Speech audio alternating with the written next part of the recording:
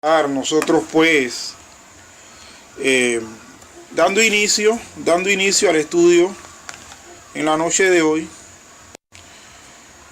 Nosotros quedamos pendientes por terminar el tema de la regeneración y estábamos hablando de los resultados que produce una genuina regeneración. Y posteriormente entonces vamos a introducir el tema de la conversión. Más antes quisiera pedirle pues a mi hermana Elba, por favor, que nos esté dirigiendo en oración, hermana. ¿Cómo no, hermano? Sí. Oramos. Oramos en el nombre del Padre, del Hijo y del Espíritu Santo. Padre, te damos gracias, Señor, en esta noche, por permitirnos, mi Dios, estar aquí reunidos, conectados con esta metodología, Señor, que también tú has dado, Señor, esa sabiduría para que hombres puedan inventarla, Señor. Gracias te damos por todos los hermanos que están conectados ahora mismo. Pedimos, Señor, que tú nos bendigas a cada uno de nosotros, que nos des la sabiduría, que abra nuestro entendimiento para poder así, Señor, crecer cada día más en tu palabra. Bendice al expositor, Señor, de este estudio. Y oramos, Señor, por aquellos que todavía no se han conectado. Apresura, Señor, sus pasos y todavía están de regreso, Señor, de sus trabajos. Y ayúdanos, Señor, cada día más y más aprender las maravillas tuyas, Señor. Gracias te damos por todo. Toma este tiempo, lo ponemos en tus manos. En el nombre de Jesús. Amén. Amén, hermanos. Amén.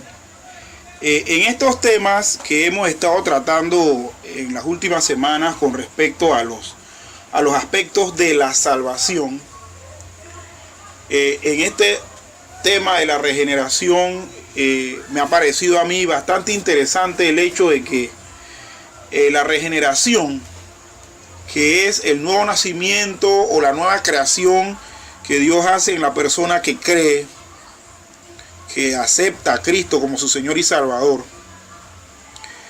este tema tiene implicaciones tales como que el nuevo nacido, el regenerado, tiene que presentar resultados en su vida para aseverar que realmente hubo una operación de nuevo nacimiento, de nueva creación de Dios en su vida. Eso iniciamos la semana pasada viendo los resultados de la regeneración.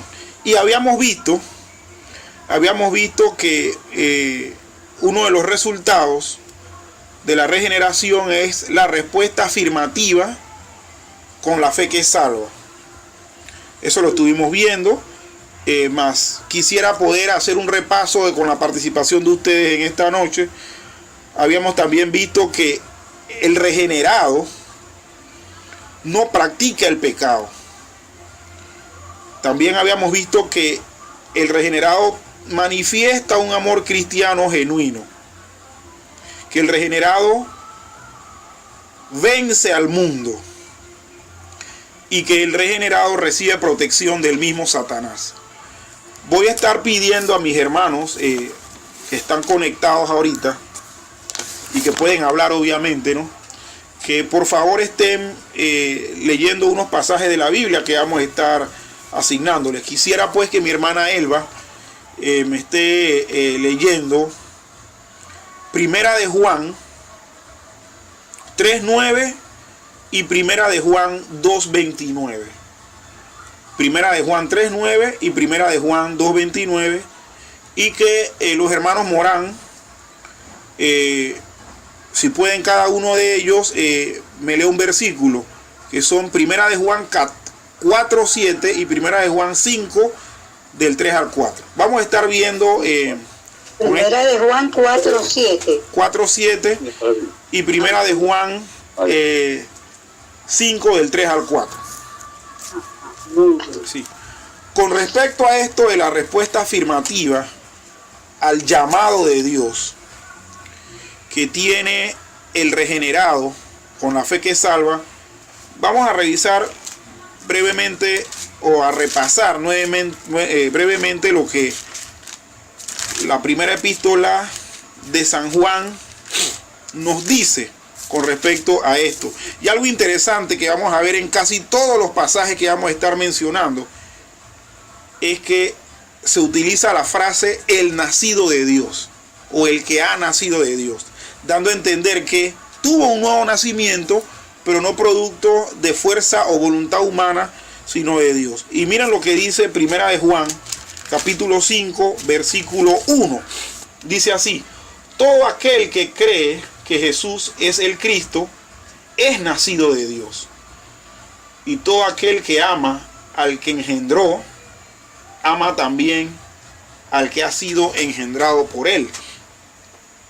Lo interesante pues de este versículo que acabamos de mencionar y que acabamos de citar, de leer, es que la Biblia nos dice que el que cree en Jesús es nacido de nuevo.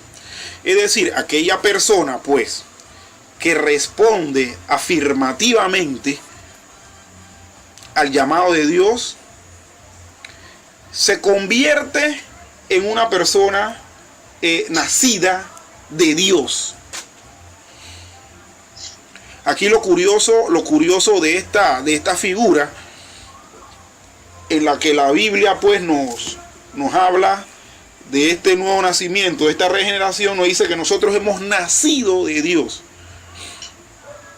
Tremendo eso. Todos los hombres nacemos de una mujer, producto de la unión sexual de un varón y de una mujer. Mas, sin embargo, la Biblia dice que todo aquel que cree, que responde afirmativamente, creyendo en Jesús, nació de Dios Padre. O sea, Dios mismo fue el autor de nuestra fe, de nuestro nuevo nacimiento y de nuestra salvación. Es tremendo ver esto, hermanos, porque a la hora de hacer algún tipo de defensa de esta doctrina, se puede uno enredar en el hecho de que pareciera ser que el nuevo nacimiento fue producto de una decisión que yo tomé, producto de una decisión que el cristiano tomó. Pero lo que nos dice este pasaje es que el que cree en Jesús es porque ya Dios había preparado su corazón y su vida para nacer de nuevo. Bien, no sé si tienen algún comentario que hacer, mis hermanos, y luego entonces pasamos a la hermana Elba para que nos esté leyendo los versos asignados. Bueno, hermano, voy a leer Primera de Juan 3:9. Correcto, Primera de Juan 3:9. Y dice así: todo aquel que es nacido de Dios no practica el pecado, porque la simiente de Dios permanece en él y no puede pecar, porque es nacido de Dios. Muy bien. Y el 2:29 dice: si sabéis que Él es justo, sabed también que todo el que hace justicia es nacido de Él. Muy bien, hermana. Hermana Elba, ¿qué constante o qué aspecto constante ve usted tanto en Primera de Juan 3:9 como en Primera de Juan 2:29?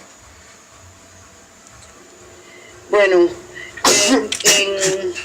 en Primera de Juan, como usted lo dijo anteriormente, ¿verdad? Ajá. Que dice que todo aquel que es nacido de Dios no practica el pecado. Correcto. Así que si somos nacidos de Dios, ¿verdad? Porque creemos en Jesús, ¿verdad? Tenemos pues un corazón ya nuevo, un corazón nuevo, ya y la verdad que entonces habita en nosotros, ¿verdad?, el Espíritu de Dios, y dice no practica el pecado. porque lo que el Señor ha puesto en nosotros, ¿verdad? Ya lo que ha puesto en nosotros nos hace ver, ¿verdad?, que queremos agradar al Señor y que somos hijos de Dios, ¿verdad? Y por eso no se practica el pecado. Y sabemos entonces también que conocemos lo que es la justicia de Dios. Sí. Muy bien. El hecho de practicar el pecado nos evita cometer pecados ocasionalmente como a diario pasa con cada uno de nosotros. O sea, ¿tiene eso alguna contradicción con el hecho de que la Biblia nos dice que no practiquemos el pecado, pero que ocasionalmente cometí un pecado, ya sea por cualquier circunstancia?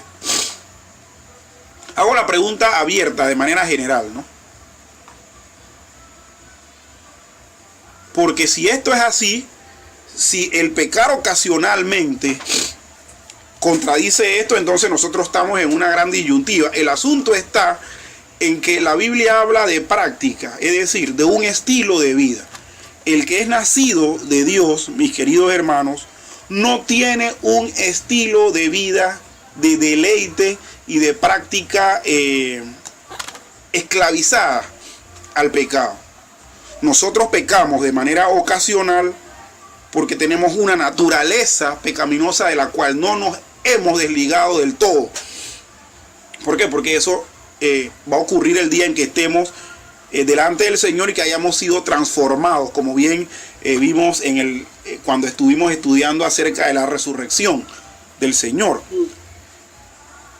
Pero entonces, mis queridos hermanos, nosotros, como nacidos de Dios, no practicamos el pecado. El asunto es, como bien dice este versículo 9, dice que todo aquel que es nacido de Dios no practica el pecado porque la simiente de Dios permanece en él.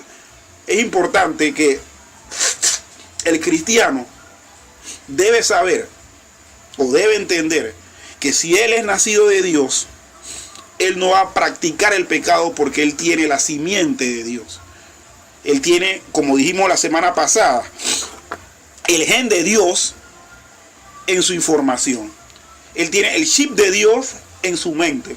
Por lo tanto, el cristiano nacido de nuevo, el cristiano regenerado, va a actuar como actuaría el Padre que le engendró, como actuaría Dios. Y es importante, hermanos, que tengamos esto claro, porque muchos detractores pueden decir, bueno, pero ¿de qué tú me hablas? Si tú te acabas de enfurecer y cometiste pecado. Pero resulta ser que eso no es una práctica. Eso no está en nuestro chip espiritual.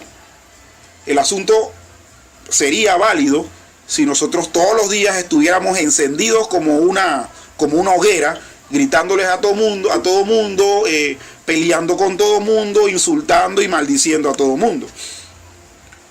Entonces, mis hermanos, otra de las características del regenerado es que no practica el pecado. Y me acuerdo cuando yo menciono esta palabra practicar en mis tiempos de practicantes de arte marcial. Lo que a mí me hizo ser hábil en el desarrollo de mi arte marcial era que todos los días yo tenía que repasar lo que había aprendido el sábado. Todos los días yo tenía que hacer ejercicios de karate, las katas, los movimientos, los golpes con la mano, con los pies. Todo eso fue lo que me hizo a mí en un tiempo diestro. Y de hecho, hoy por hoy yo he perdido destreza porque yo tengo más de 15 años que no practico karate de manera formal. Así que no es un estilo de vida para mí. No puedo yo recurrir al karate para defenderme. Tendría que recurrir a otro tipo de práctica, a huir posiblemente, pero no defenderme mediante el karate. ¿Por qué? Porque no es una práctica. Por lo tanto, el cristiano nacido de nuevo va a reflejar que es nacido de nuevo porque no hace del pecado un estilo de vida, una práctica diaria, una práctica que es parte de él.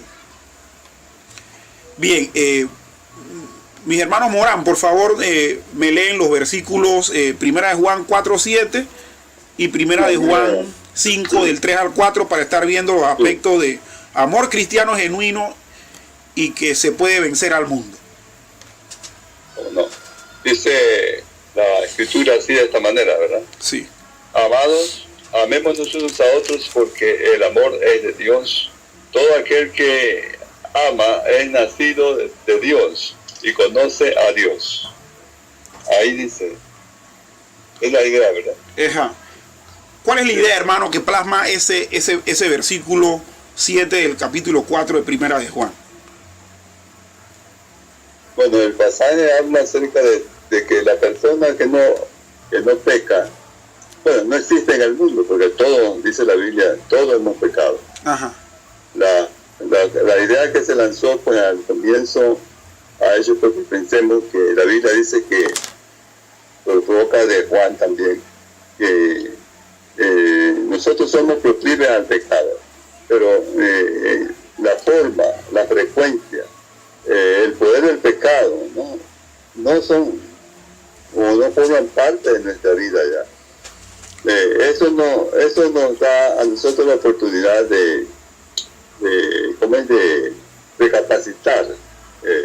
Si alguien alguna vez quisiéramos seguir alguna práctica, esto nos hace pensar que el Espíritu de Dios, como dijo la hermana Elba, que habita en nosotros, y usted, hermano, dice que es la simiente, como dice acá en Pedro, la simiente de Dios.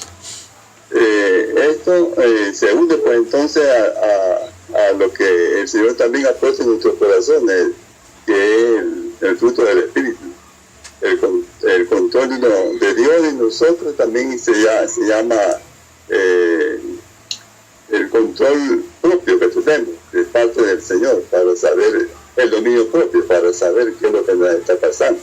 En otras palabras, hermanos, el que dice que no ha pecado, dice la Biblia, se engaña a sí mismo y hace mentiroso al Señor. Así es. Correcto. Y con respecto al versículo 7, hermano, que usted acaba de leer. Bueno, el capítulo 4, versículo 7, habla también de la nueva vida, nacido de Dios, la regeneración, el lavamiento de la palabra, ¿verdad? Eso, cada uno de nosotros lo hemos experimentado delante del Señor. Pero pone como una característica aquel que ama y aquel que no. Es poderoso esto para saber si realmente estamos en el Señor y que hemos nacido de Dios y que conocemos al Señor. El amor al que se refiere pues aquí es el amor ágape, ¿verdad? Sí, correcto. Existen dos clases más de amor, que es el eros y el Fileo. filial, ¿verdad? Pero aquí el amor de Dios ha sido puesto en nuestros corazones. Y solamente los que hemos nacido, ¿verdad? Sí. Entonces lo que está diciendo este versículo 7 es que el que no ama como Dios no ha nacido de Dios, no ha nacido de nuevo. Entonces una de las características del regenerado es que el amor que expresa no es precisamente los otros dos tipos de amor que el hermano Morán nos acaba de mencionar, que es el amor eros o el amor filial, sino el amor que Dios tiene por el hombre, incondicional, entregándose.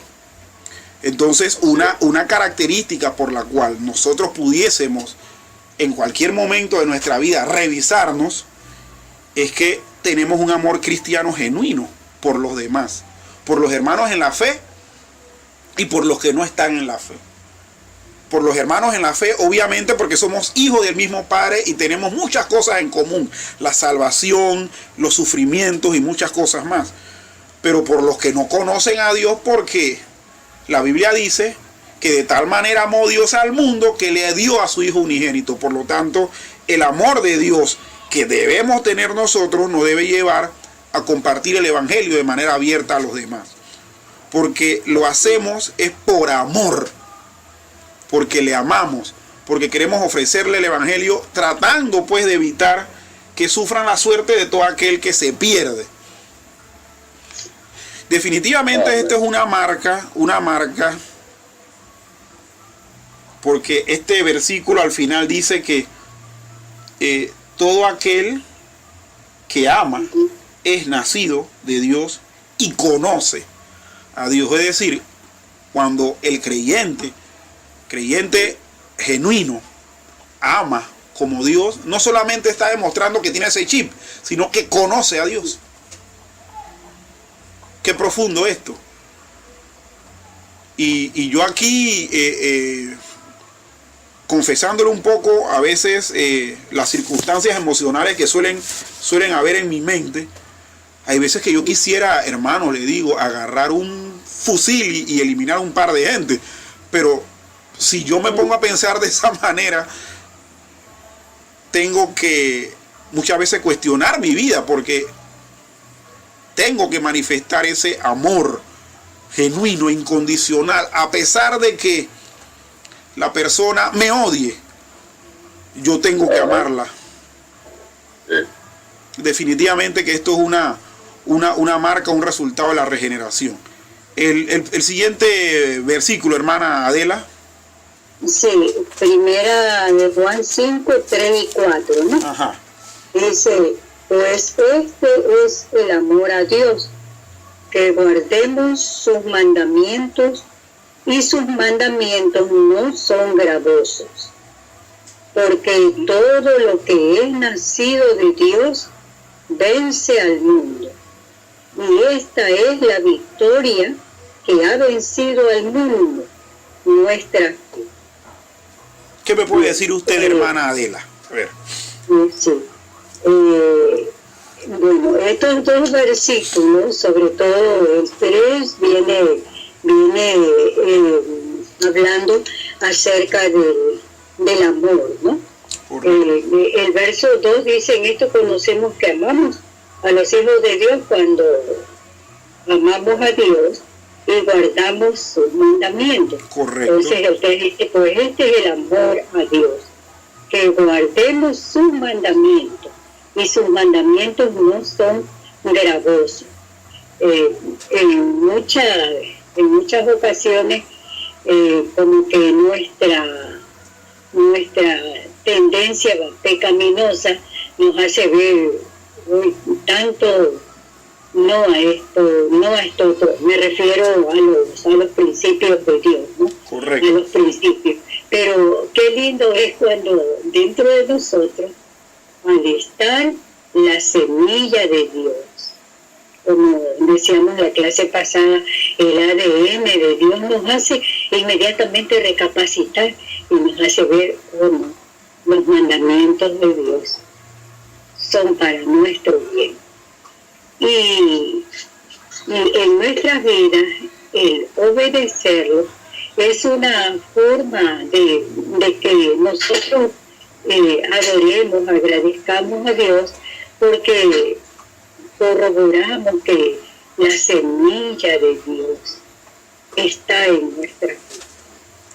Y nos hace ver que los mandamientos de Él no son graves, redundan para nuestra bendición y para la gloria de Dios.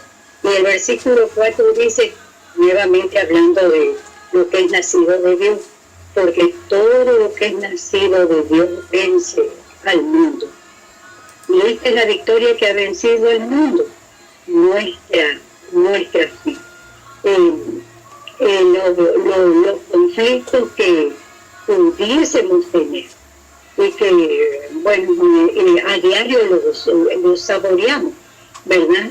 Es las presiones que hay en el medio en que nos desenvolvemos, las presiones del sistema en el cual nosotros vivimos. Como que en algunas ocasiones podemos decir esto es bastante para mí, no puedo con esto. Pero qué interesante es saber y experimentar de que los que hemos nacido de nuevo tenemos la victoria sobre las presiones del mundo en que vivimos. Sí. Y nos da también la capacidad, esa semilla de Dios que está en nosotros, por el nuevo nacimiento, nos da esa capacidad que viene solo de Dios, el obedecer los mandamientos y reconocer que estos no son de Dios. Así es. El hermano Carlos Chávez nos escribe lo siguiente, haciendo un comentario de lo que estamos pues viendo acerca de los resultados de la regeneración, y dice: escuchando hablar al hermano César, recordé unas palabras de un predicador que dice: si amamos a los que nos aman, ¿cuál es la gracia? Más amemos a aquellos que nos tiran dardos, malas palabras, aquellos que no nos dejan dormir. No es fácil, hermano, tener ese don de amor, pero debemos intentarlo.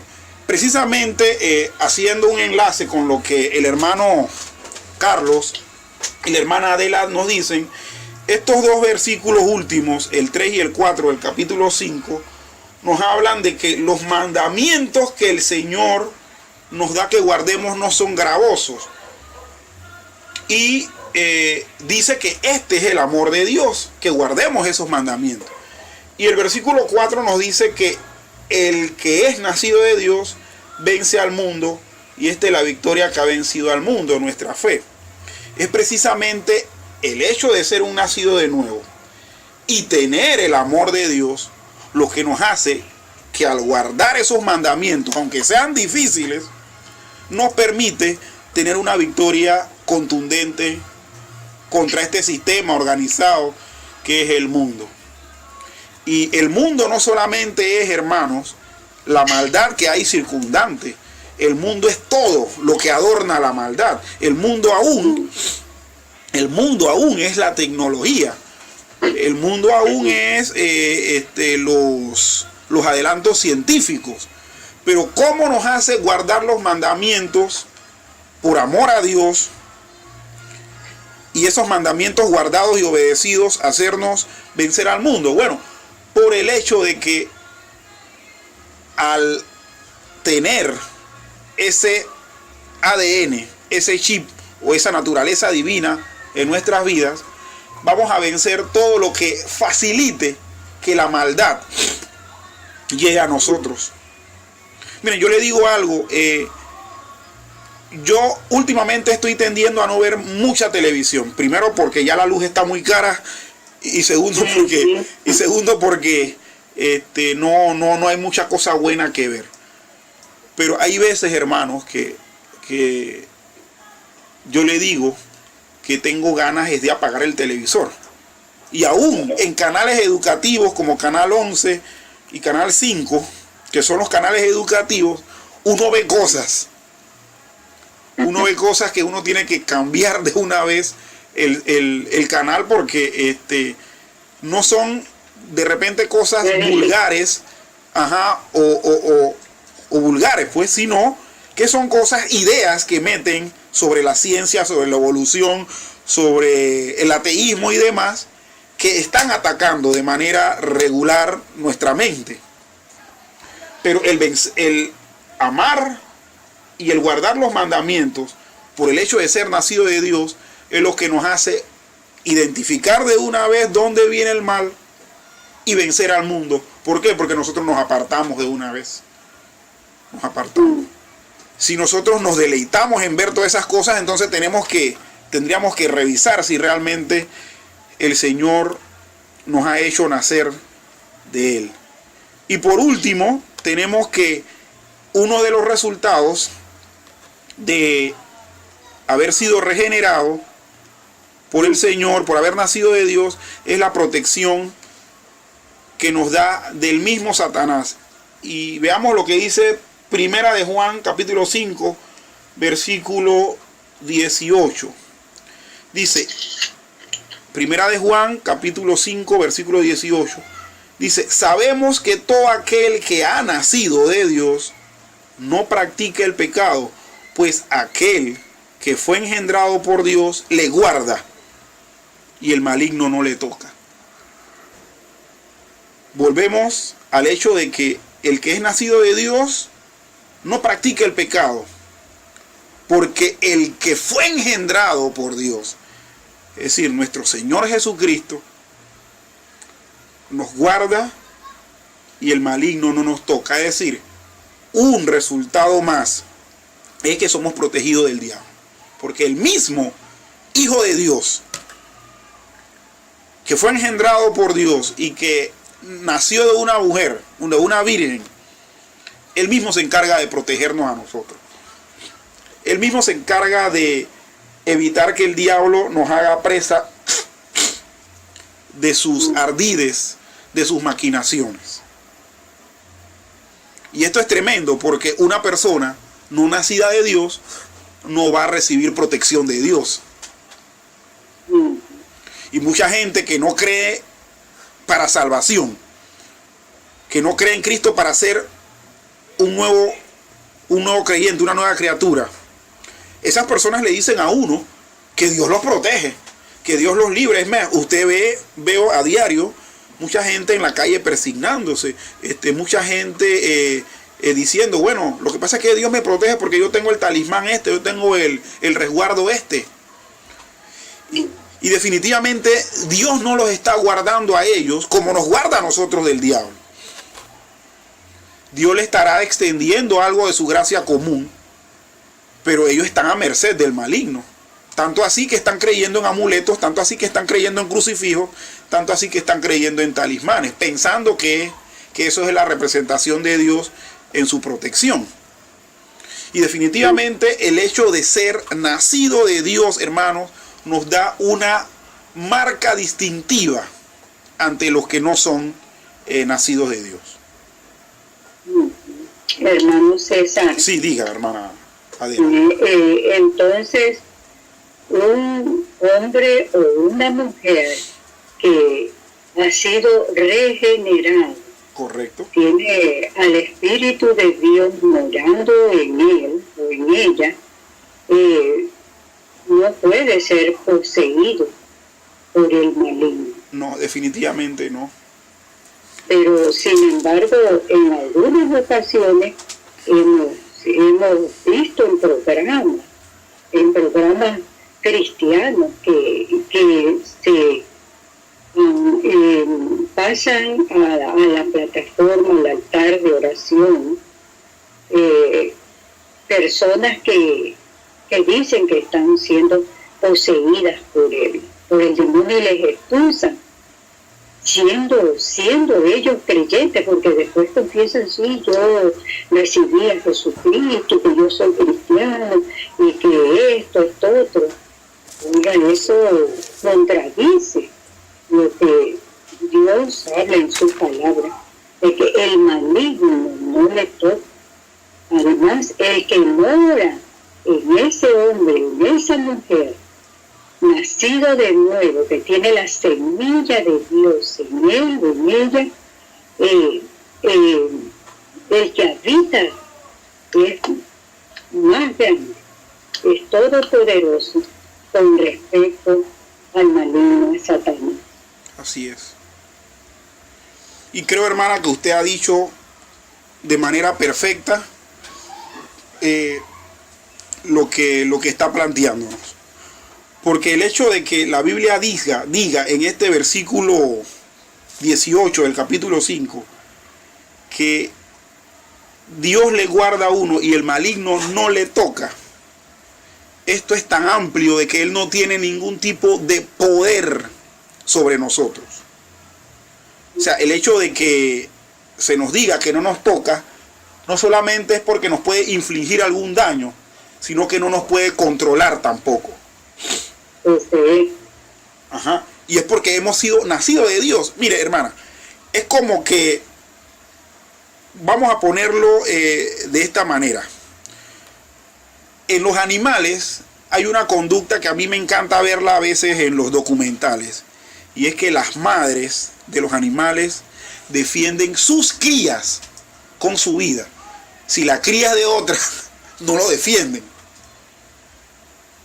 Entonces, nosotros que somos crías de Dios, vamos a ser protegidos por Dios. Resulta ser que nuestro Dios no protege a aquellos que no son crías de Él.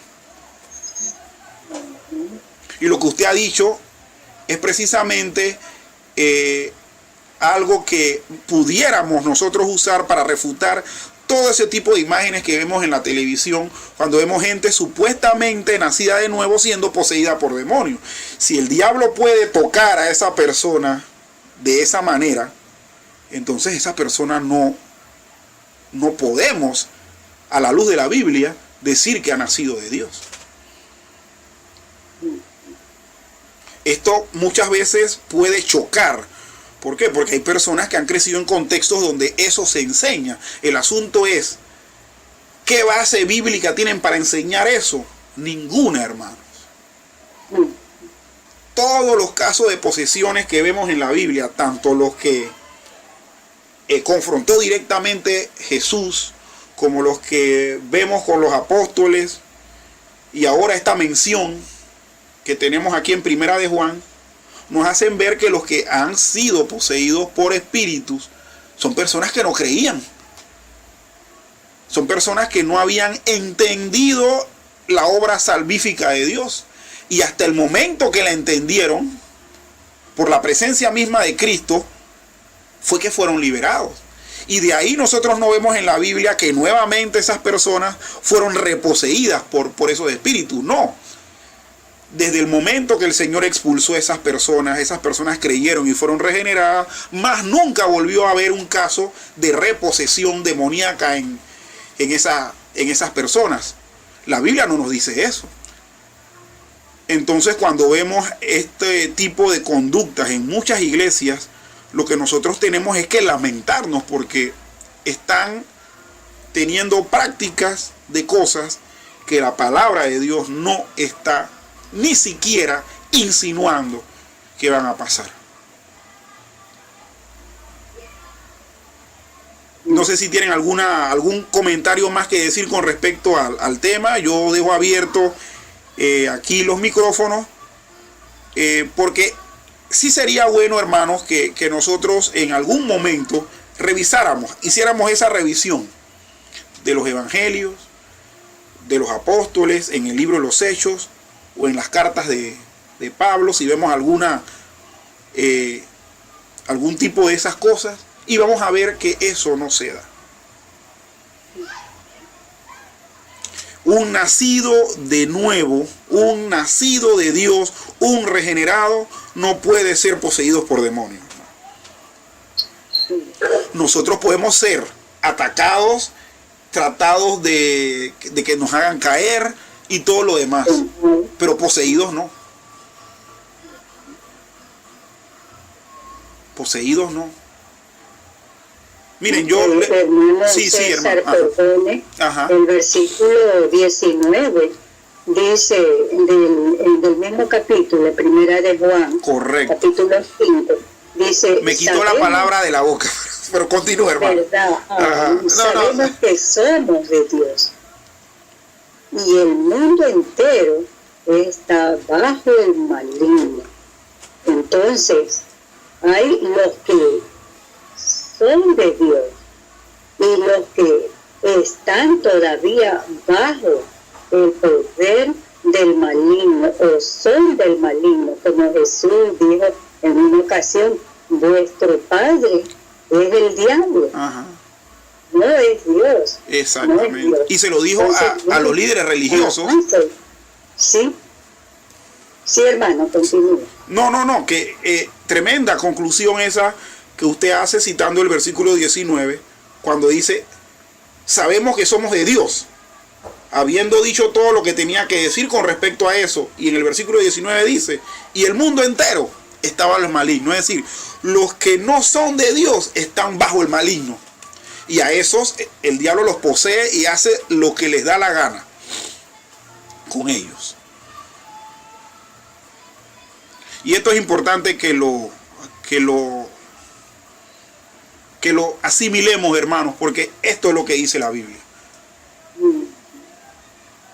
Bien. Interesante, hermano César. Sí.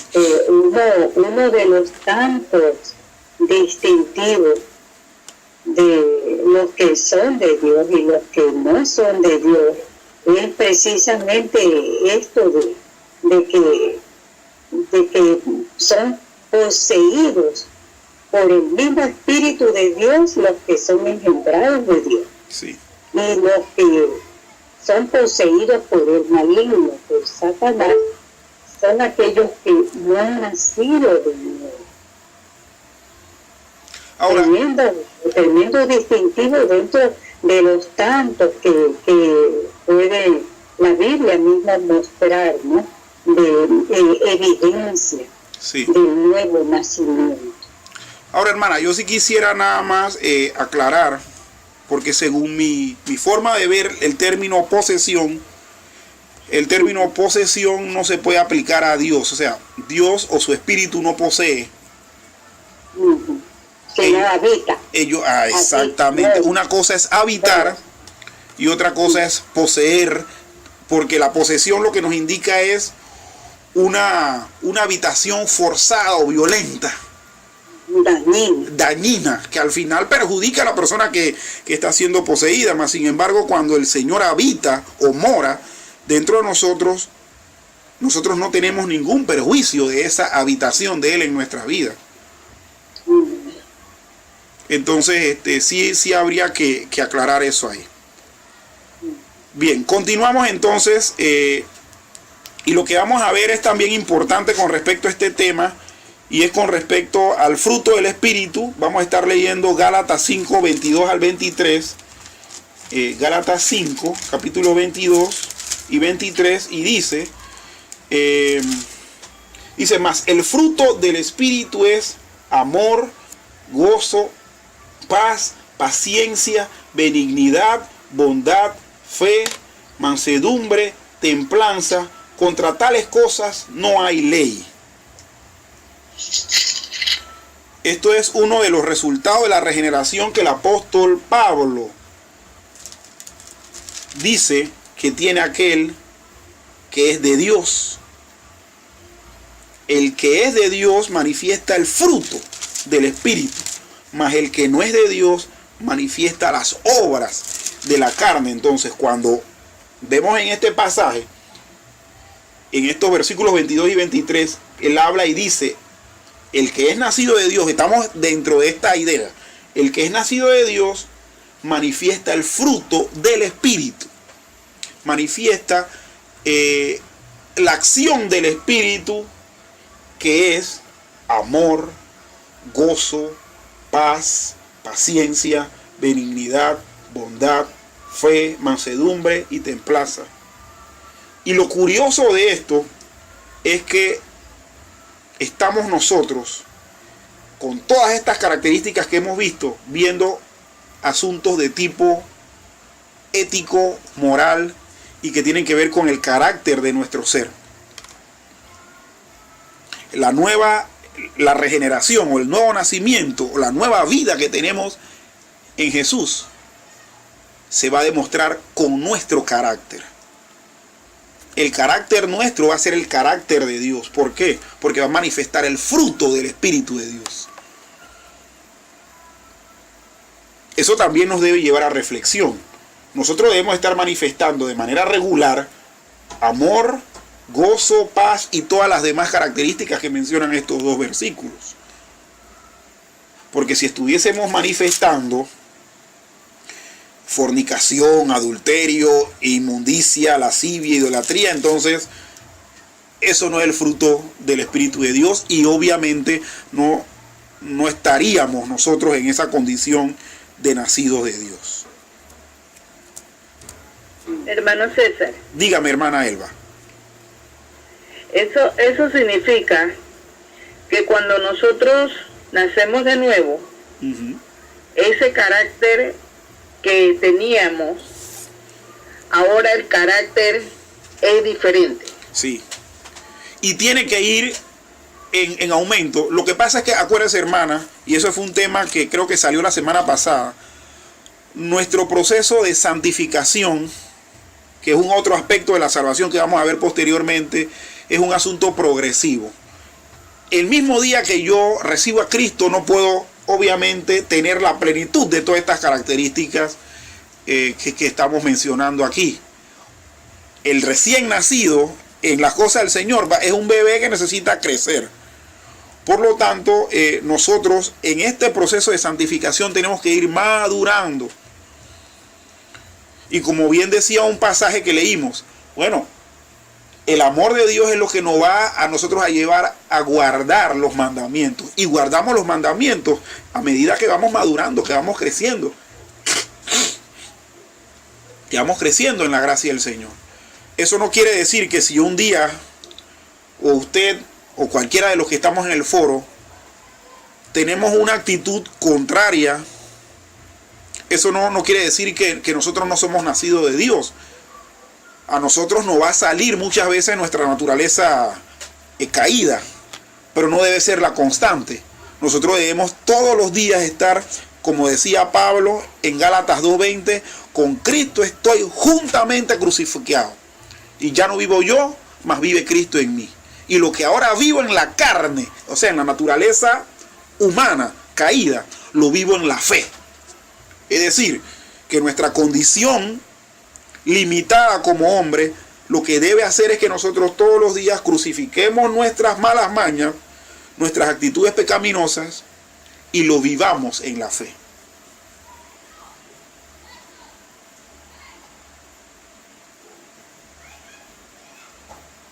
Amén, hermanos. Amén. Amén. Amén. Amén. Bien, vamos entonces a estar viendo rápidamente, eso sí, rápidamente, Mateo 7 del 15 al 20 y luego del 22 al 23. ¿Por qué? Porque queremos hacer un enlace de esto con estos resultados de la regeneración. Jesús dijo en estos pasajes, voy a estar leyendo la nueva versión internacional, y dice así: cuídense de los falsos profetas. Vienen a ustedes disfrazados de ovejas, pero por dentro son lobos feroces. Por sus frutos los conocerán. ¿Acaso se recogen uvas de los espinos o higos de los cardos? Del mismo modo, todo árbol bueno da fruto bueno, pero el árbol malo da fruto malo. Un árbol bueno no puede dar fruto malo, y un árbol malo no puede dar fruto bueno. Todo árbol que no da buen fruto se corta y se arroja al fuego. Así que por sus frutos los conocerán. Y los versículos 22 y 23 dicen lo siguiente: Señor, Señor, ¿no profetizamos en tu nombre?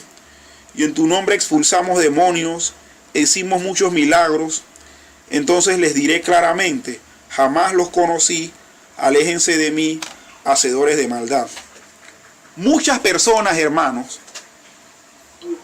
piensan que evidencian el haber nacido de Dios o haber nacido de nuevo por tener manifestaciones como hacer milagros, expulsar demonios y profetizar, es decir, predicar o enseñar la palabra del Señor. Pero vamos a ver que Jesús dice que va a llegar un momento en que muchas personas teniendo estas características, Él le va a decir: no los conozco, apártense de mí, hacedores de maldad. Y que anteriormente a eso el Señor estuvo diciendo que nos cuidáramos de los falsos maestros o de los falsos profetas que vienen disfrazados de ovejas, pero que son lobos rapaces. Porque lo que nos va a nosotros a delatar no son las manifestaciones externas, como predicar o como expulsar demonios o como hacer milagros. Va a ser el carácter, como el fruto que da un árbol, que lo delata. Es importante, hermanos, que el carácter nuestro, como bien dijimos hace un rato, sea el carácter de Dios en nuestra vida. Porque por lo que vemos aquí, predicadores puede serlo cualquiera, exorcista puede serlo cualquiera, y aún hasta un milagrero puede hacerlo cualquiera, pero no necesariamente son nacidos de Dios, son gente que el Señor va a decir, acercaos a mí, benditos, entren al gozo de su Señor. Entonces todo esto, hermano, son evidencias bíblicas de que el nacido de Dios demuestra con su vida interior que Dios realmente le engendró y que nació de Dios.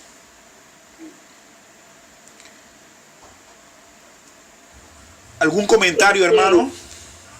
Hermano César, Sí, diga. los hermanos que están en el estudio, este versículo 15, guardaos de los falsos profetas que vienen a vosotros con vestidos de ovejas, pero por dentro son lobos rapaces, guardaos. Me estoy acordando de una película que estábamos viendo hace algún rato, mi esposo y yo, de un hombre que se hacía pasar por charlatán y hacía milagros. Él tenía un telón allí, y detrás de ese telón hacía unas fechorías, unas cosas que daba,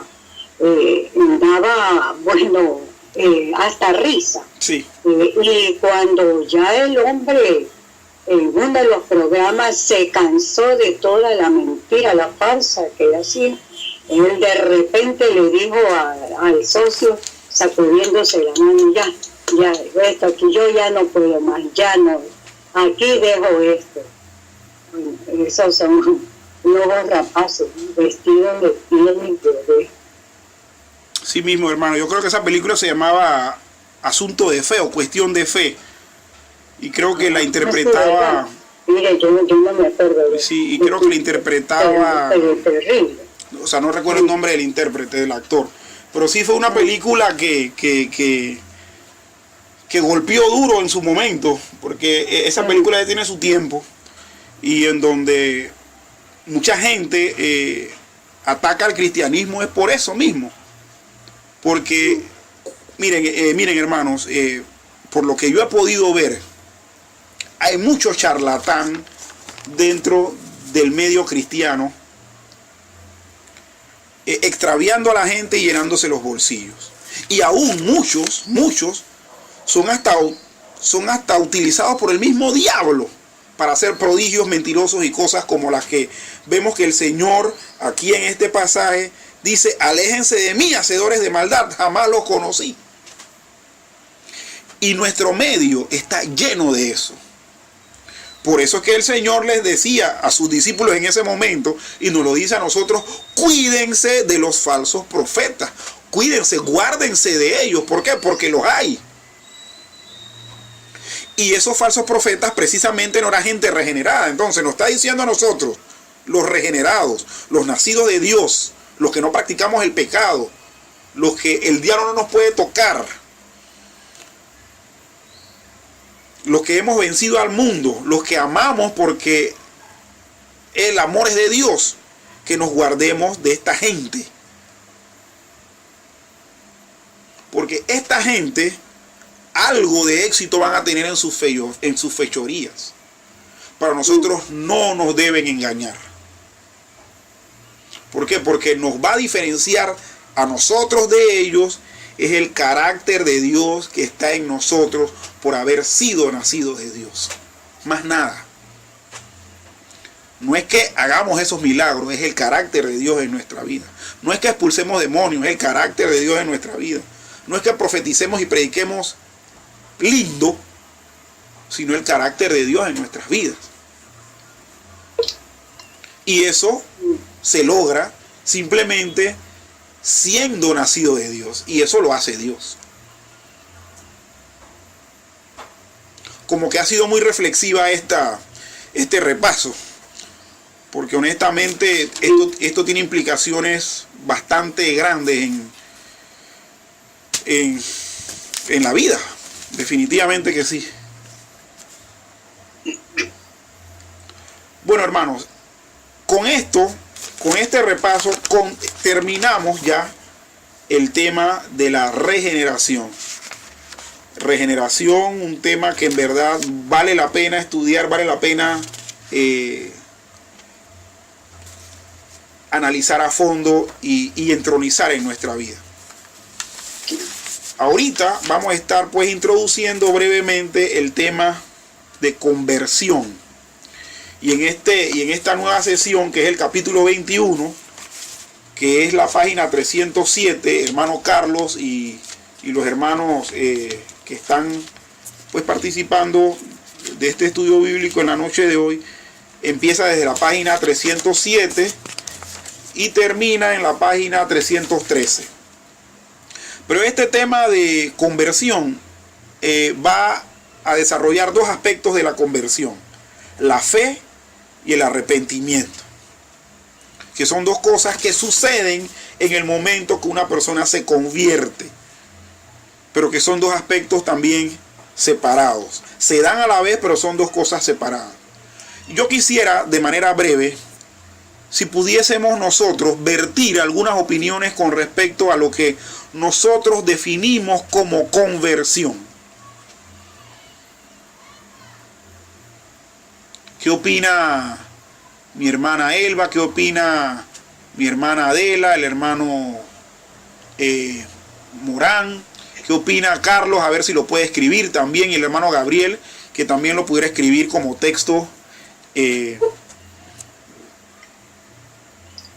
opinan de la conversión? Para ustedes, ¿qué significa conversión?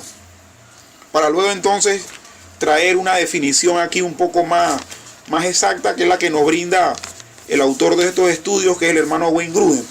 Pero quisiéramos ver qué opinión pudiéramos vertir con respecto a esta palabrita, conversión. Bueno, hermano César. Sí. Para mí, conversión es cuando una persona deja algo. Ajá. Y acepta otra cosa. Ajá, ¿verdad? Sí. Por ejemplo, convertirse es como volverse a Cristo, pues. Ajá. Seguirlo, ¿no? Ser como un seguidor. Yo me convierto a ser un seguidor de Jesús, de Cristo. Correcto. Eso es lo que más o menos yo pienso que es una conversión, ¿no? Que uno deja algo para seguir otro. Sí, hermanos Morán, hermana Adela y hermano Gabriel, ¿qué nos pueden decir? Bueno, hermano César, hermana Adela, pero yo creo que este es un tema bastante interesante. Yo creo que esta es el medular de la vida de la iglesia, ¿verdad? Sí.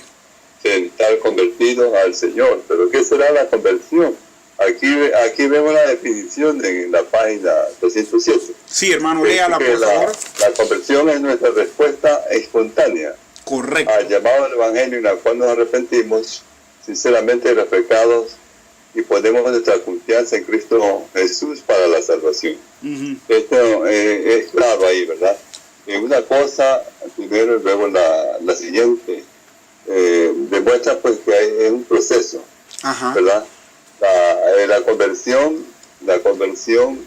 es, digamos, la señal de Dios de que realmente hemos nacido de nuevo. La conversión es la señal para que todo el mundo sepa, inclusive Dios se sabe, y en cualquier parte que estemos, manifestemos siempre nuestros hechos, como dice también Pedro o Juan por ahí, que dice, el que dice que está en él debe andar como el anduvo. Serían las señales, los efectos, los resultados de la conversión. Tiene que haber un arrepentimiento y fe en el Señor. Tiene que haber un instante especial, pienso yo. Yo me pongo como un ejemplo así mismo, aunque no es perfecto. Yo cuando yo era joven, tenía alrededor de 20 años, yo conocí a Jesucristo. Y en medio de toda esa situación que yo vivía, Dios me encontró y me sacó. De verdad que Dios me sacó con fuerza. Me tomó de alguna parte de mi ser y me llevó a tomar una decisión. La conversión estaba dentro de todo lo que yo hacía. Yo no entendía qué era conversión. No lo entendía. Pero lo que hice, o sea, hacer oración, hablar con mi propia palabra a Dios, pedirle perdón por mi pecado. Bueno, la carga de mi pecado me traía tal angustia que me hizo, fue el camino que se abrió para que yo llegara a Cristo, fue la carga de pecado que yo tenía y el temor que tenía de morir prematuramente. Esas cosas, muchas más, ¿no? Pero la conversión se estaba realizando en algún momento. No sé si fue la primera noche, no sé. O fue en mi niñez cuando me llevaban a la escuela dominical cuando tenía unos 4 o 5 años. Y después cuando yo oía distintos comentarios y opiniones de la gente, inclusive de mi familia, que hablaban mal de los cristianos. Se mofaban de las iglesias y de los que predicaban en las calles. Todo eso yo lo oía y lo veía, pero al cabo de la edad que les mencioné, cerca de 20 años, yo tomé la decisión, a pesar de, porque ya ahora sí me importaba mi vida y mi salud espiritual. Y yo después comprendí lo que era estar convertido al Señor. Estar convertido al Señor también es mantener y respetar siempre un cúmulo de responsabilidades delante del Señor. El Señor se encarga de ayudarnos en cualquier momento de nuestra conversión. Está con nosotros en este instante, sí. Todavía está el Señor reforzando los puntales de nuestra conversión. Pero claro, ya Cristo hizo todo y ahora solo me resta seguirle a Él y de forma recíproca, así como Él me salvó, yo le respondo al Señor. Amén. Amén. Hermana Adela, ¿qué nos puede decir usted? Bueno, mi esposo dijo que cuando él conoció a Jesucristo, cuando Cristo lo encontró, él no entendía lo que era la conversión. Yo lo digo igual. No, el concepto de conversión ni lo tenía siquiera en mi mente, pero yo era una joven de 17 años y entre las diferentes cosas que yo hacía en mi vida sin Cristo eran bueno, como esta, por ejemplo, que yo no hablaba 10 palabras y no mencionaba siete palabras obscenas. Ajá. Y cuando yo me di cuenta que ya no decía las palabras que antes yo mencionaba, oiga, yo me quedé anonadada, sorprendida. Y para ese mismo tiempito, mi hermana mayor, ella me dijo, oye, mira, tu forma de hablar ha cambiado, ya tú no tienes miedo por la noche. Yo le tenía terror a la oscuridad. Sí. Y me gustaba cogerle una llave a mi papá donde él tenía sus ahorros en la casa. Y veía dónde estaba la llave y cogía yo algo del dinero y luego ponía la llave en el lugar donde mi papá la había dejado, y eso lo venía haciendo por un buen rato, y cuando me di cuenta yo ya no practicaba eso, y cogí una llave también de una pequeña vitrina que mi papá tenía con vinos para él brindar, como él tenía sastrería, a sus clientes para la temporada de Navidad. Y yo me los iba tomando poquito a poco, cogía la llave, hacía cosas que no eran otras prácticas, como otros dicen que yo hice esto, yo que practicaba esto y esto otro. No, estas cosas que para algunos, como para mi papá, eran pequeñeces cuando yo le compartí mi testimonio a él. Él decía, no, tú estás defendiéndole a tu hermano, a tu hermano. Él es el que hace todo eso. Bueno, no me creía, ¿no? Exacto. Pero yo misma quedaba anonadada de que Dios había empezado a poner nuevos deseos, nuevas cosas en mi vida. Y no entendía yo el concepto de regeneración. Exacto. Posteriormente, ya mientras caminaba más de cerca, ya con la palabra, con los estudios de la Biblia, fui comprendiendo, ¿no? Esa verdad que el que comenzó en nosotros, la buena obra, Él la va perfeccionando. Sí, eso es lo que puedo compartir, ¿no? Aquí los hermanos Gabriel y el hermano Carlos Alberto nos dicen la siguiente. El hermano Gabriel Azcárraga nos dice que conversión o convertir es no hacer lo que antes hacíamos, una vida nueva.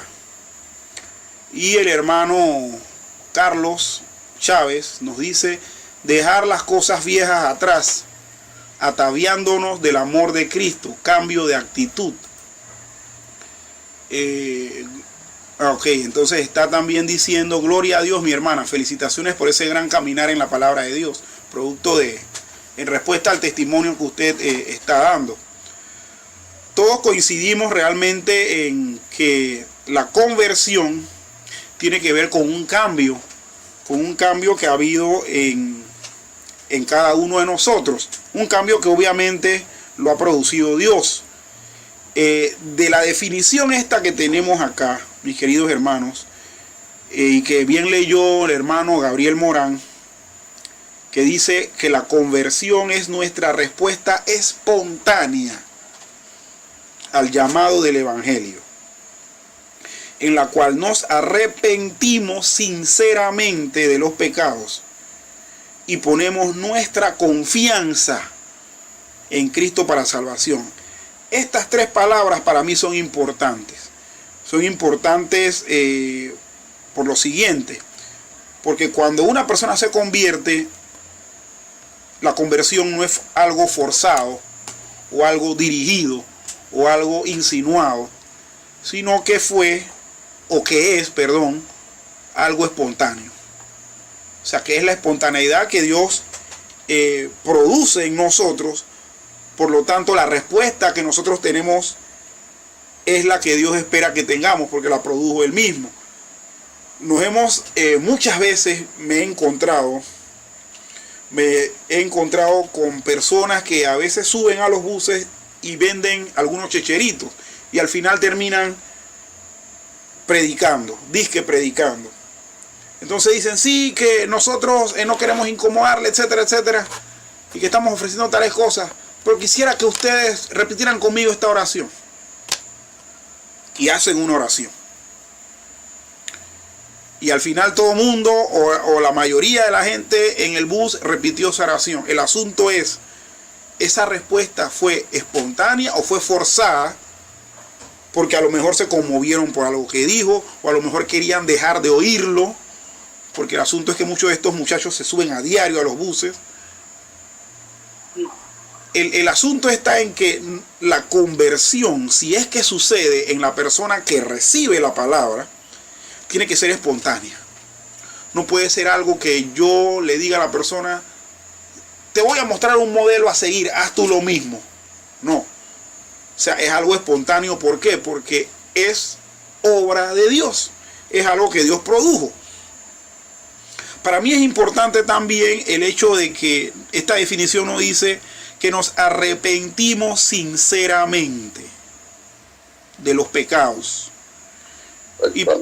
Y para mí arrepentimiento es una palabra clave por el hecho de que la palabra arrepentimiento que tenemos en nuestras Biblias, que es traducida como arrepentimiento, es la palabra griega metanoia. Metanoia, que significa cambio de mente o cambio de actitud mental. Es decir, que una persona que se convierte tiene que haber ocurrido en su mente un cambio de idea, un cambio de apreciación hacia una idea.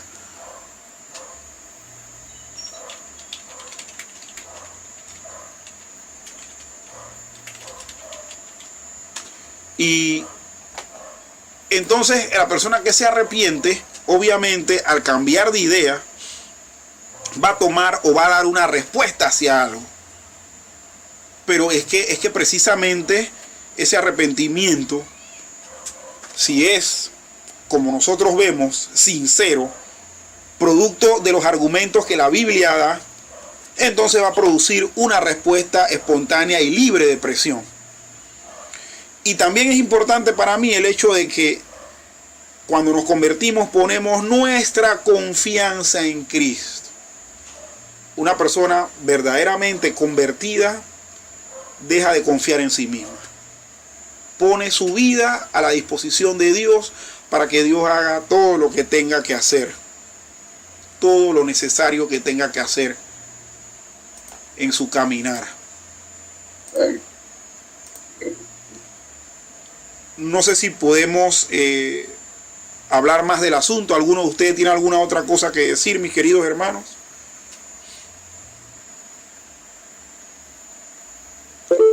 Pensemos cuántas personas dicen que son convertidas, pero no respondieron espontáneamente, no se arrepintieron, o sea, no tuvieron un cambio de pensamiento, de mentalidad, producto de la argumentación misma de la Biblia, y que hayan puesto su confianza en Cristo y no en ellos. ¿Cuántas personas que dicen ser convertidas realmente no lo son? ¿Cuántas personas que a lo mejor asisten a nuestras iglesias y que dicen estar convertidas, a lo mejor no lo son? Este tema o este aspecto de la salvación es algo, mis queridos hermanos, que es, como bien decía mi hermano Gabriel Morán hace un rato, es medular. Porque ahí donde radica lo que nosotros pensamos con respecto a la salvación que se supone que tenemos, cómo va eso a afectar nuestra vida cristiana. Precisamente hay gente que dice ser convertida y que no quiere participar en ninguna de las actividades de la iglesia, no quiere que lo disipulen, no quiere orar, no estudia la Biblia porque la Biblia le da sueño y le causa pereza. Entonces me pregunto yo, o nos preguntamos todos aquí, ¿esa persona será realmente convertida? O sea, ¿habrá tenido una verdadera conversión o una conversión genuina en su vida? Nosotros vemos que hay grupos que se reúnen para adorar al Señor, donde hay un montón de gente que carga una apatía que a veces da ganas de salir huyendo muchas veces de ahí. Entonces esto de la conversión es algo importantísimo. Es un aspecto de la salvación, de este asunto que tiene que ver con la eternidad de nuestra alma, que deberíamos considerar de manera seria y meditar más profundamente en ello. La palabra conversión en sí misma significa, como bien dice acá el libro que tenemos, significa volverse. Y aquí representa un giro espiritual, un volverse del pecado a Cristo. Un volverse del pecado se llama arrepentimiento y el volverse a Cristo se llama fe. En estos días, o la semana pasada, perdón, en un estudio bíblico en el cual participé, le decía a los hermanos que la palabra arrepentimiento o la palabra metanoia era una palabra de uso militar en el ámbito griego. Era una palabra que se usaba cuando el ejército o uno de los ejércitos que estaba combatiendo iba perdiendo la batalla. Sonaba una trompeta o sonaba un instrumento musical que les indicaba a ellos que quitaran la mirada del contrincante, le dieran la espalda y huyeran. Es decir, que se volvieran de donde venían, que huyeran por su vida.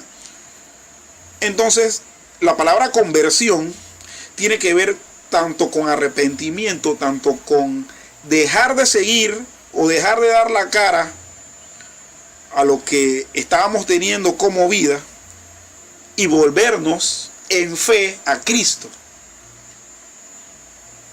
volvernos en fe a Cristo. Es importante que así como en la batalla la gente huía porque sabía que iba a ser destruida, es importante que el que se convierte sepa que al arrepentirse él está huyendo del pecado que le va a destruir o que le puede destruir, y que está tornándose a aquel que le va a salvar, que es Cristo, dándole la espalda al pecado y dándole la cara a Cristo, que le puede salvar. ¿Algún comentario, mis queridos hermanos? Esa palabra metanoia, palabra griega, ¿verdad? Sí, ajá. Que quiere decir cambio de mente. Correctamente. ¿Verdad? Sí. Cambio de mente. Sabe hermano, que el significado de esta palabra, algunas sectas Sí. la han tomado como lavado de cerebro. Ajá. En estos días vimos también en la televisión un programa acerca, no era un programa, era como una película de los mormones. Ajá. Y ese grupo, no sé si todos los mormones lo practican eso, o era esa rama o una rama de los mormones. Sí. Ellos se internaban en unos campamentos o los presionaban. Ajá. Para que se internen en unos campamentos, y así decían ellos a boquejarlo para hacerles lavado de cerebro. Y una joven que había salido de ese campamento, no uno, varios jóvenes habían salido. Entonces estaban ellos unidos a amigos del mundo, que no practicaban lo que ellos estaban practicando del mormonismo. Ellos les mencionan y dice, bueno, a nosotros nos lavaron el cerebro, por eso es que yo no me siento bien con esta ropa que estoy usando, no me siento bien estar en esta fiesta, no me siento bien en ir a un casino, porque yo ya fui lavada el cerebro. Sí. Interesante es escuchar esto, porque algunos pueden pensar de que el lavado de cerebro lo hacía el líder, que tenía un nombre especial, creo que era el profeta, que les hacía el lavado de cerebro. No era obra del Espíritu Santo, sino la obra de un hombre llamado profeta que les practicaba el lavado de cerebro. Nunca se vio en qué consistía esa práctica, ¿verdad? Sí. Pero esos jóvenes hablaban de que allí dentro de ese campamento ellos hacían todas las cosas opuestas a lo que la gente afuera en el mundo practica, ¿no? ¿Qué le parece, hermano? Me parece una práctica típica de grupos como los mormones. Los mormones practican muchos ritos secretos que ellos hacen a la gente jurar con su vida de que no pueden delatar lo que pasó ahí. Pero bueno, hermanos, es muy diferente un lavado de cerebro a una verdadera conversión que involucra arrepentimiento. Sí, o sea, es algo muy diferente por el hecho de que definitivamente en ese lavado de cerebro sí hubo una presión, sí hubo un forzar la mente de ellos o el cerebro de ellos para que se hicieran mormones y tomar una manipulación, correcto, esa es la palabra. Sí hubo una manipulación, pero lo que nos dice esta definición y lo que nosotros vamos a ver en la Biblia es que la conversión es una respuesta espontánea y donde hay un arrepentimiento sincero, no provocado, producido o manipulado por el hombre. Resulta ser que esa respuesta espontánea, ese arrepentimiento sincero y esa confianza en Cristo la produce en nuestra vida o la maneja en nuestra vida Dios. Y precisamente no podemos decir que es un lavado de cerebro como el que hacen las sectas, llámese mormonismo, o testigo de Jehová, o Hare Krishna, etcétera, etcétera.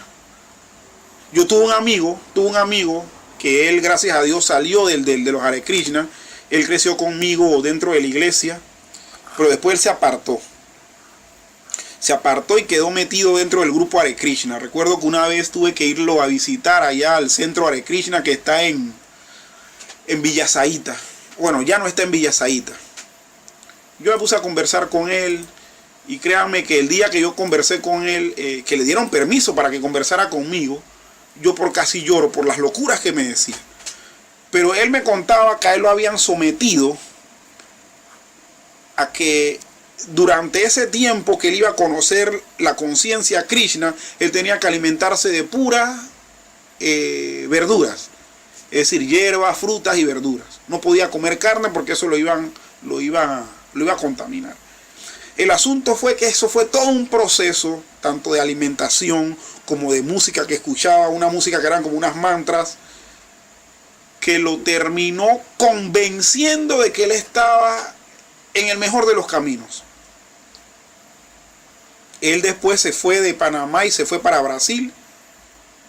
Y luego lo pude contactar y me enteré que en Brasil él retorna a los pies del Señor y conversando con él por el chat me dijo: no, César, definitivamente que yo no sé qué me pasó cuando en Panamá yo abracé el movimiento de Hare Krishna, porque yo me estoy dando cuenta a la luz de la Biblia que eso es una soberana locura.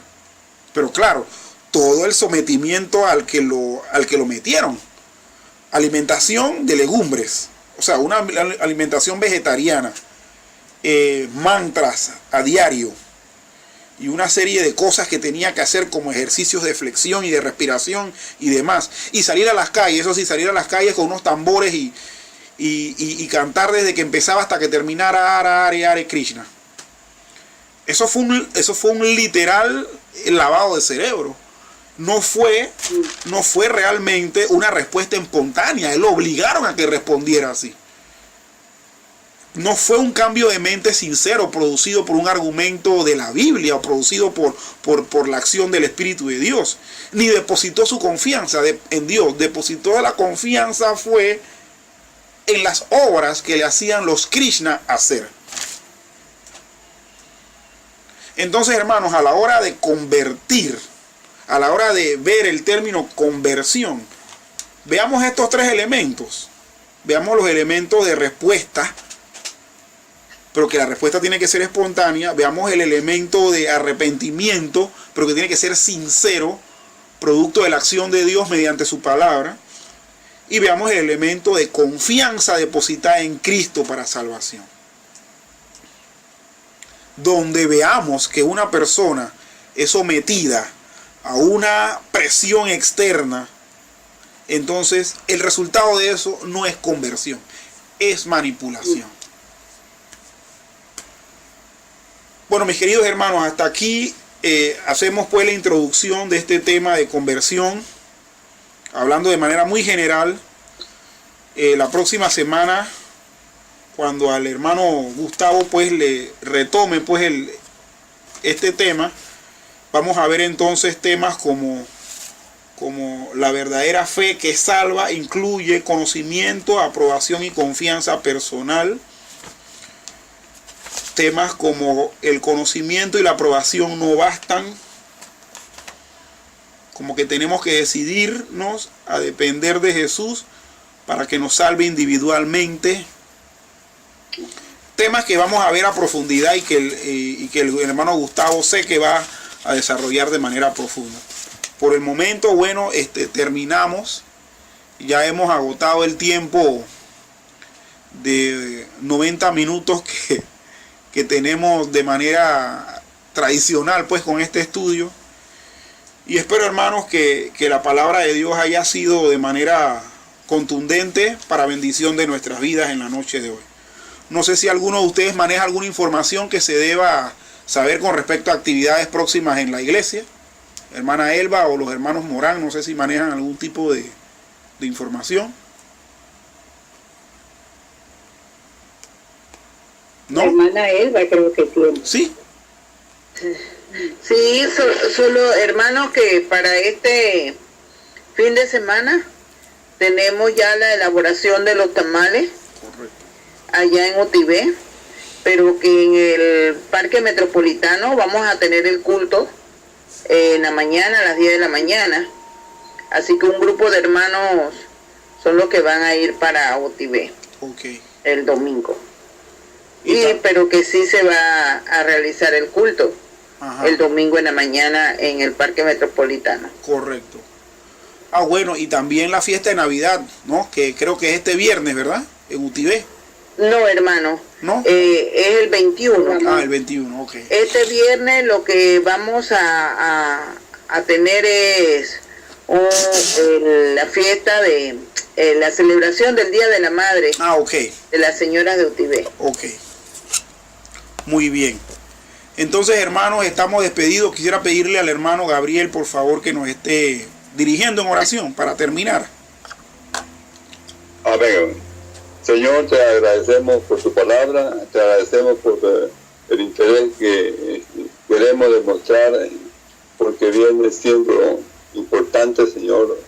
También viene siendo importante que otros hermanos estén siendo conectados y que tú guardes, Señor, a cada uno de ellos, posiblemente hayan tenido sus inconvenientes.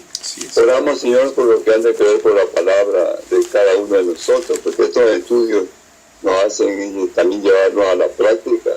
No son ni serán para archivarlos, sino para tenerlos cerca de nuestro corazón, para darlo a conocer a los demás.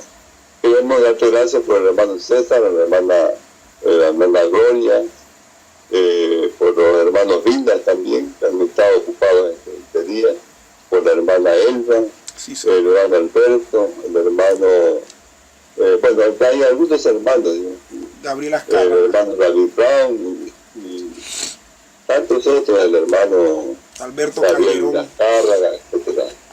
Gracias al Señor por ello.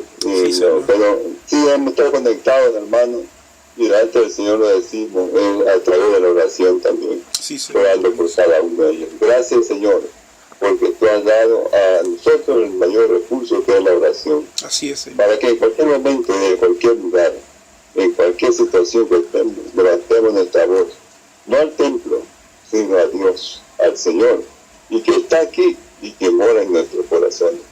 Gracias por la fe, el arrepentimiento y la conversión. Gracias por habernos dado la salvación, el ser nuevas creaciones. Sí, es, nacer de nuevo por el poder de Dios, lavados en el... Nosotros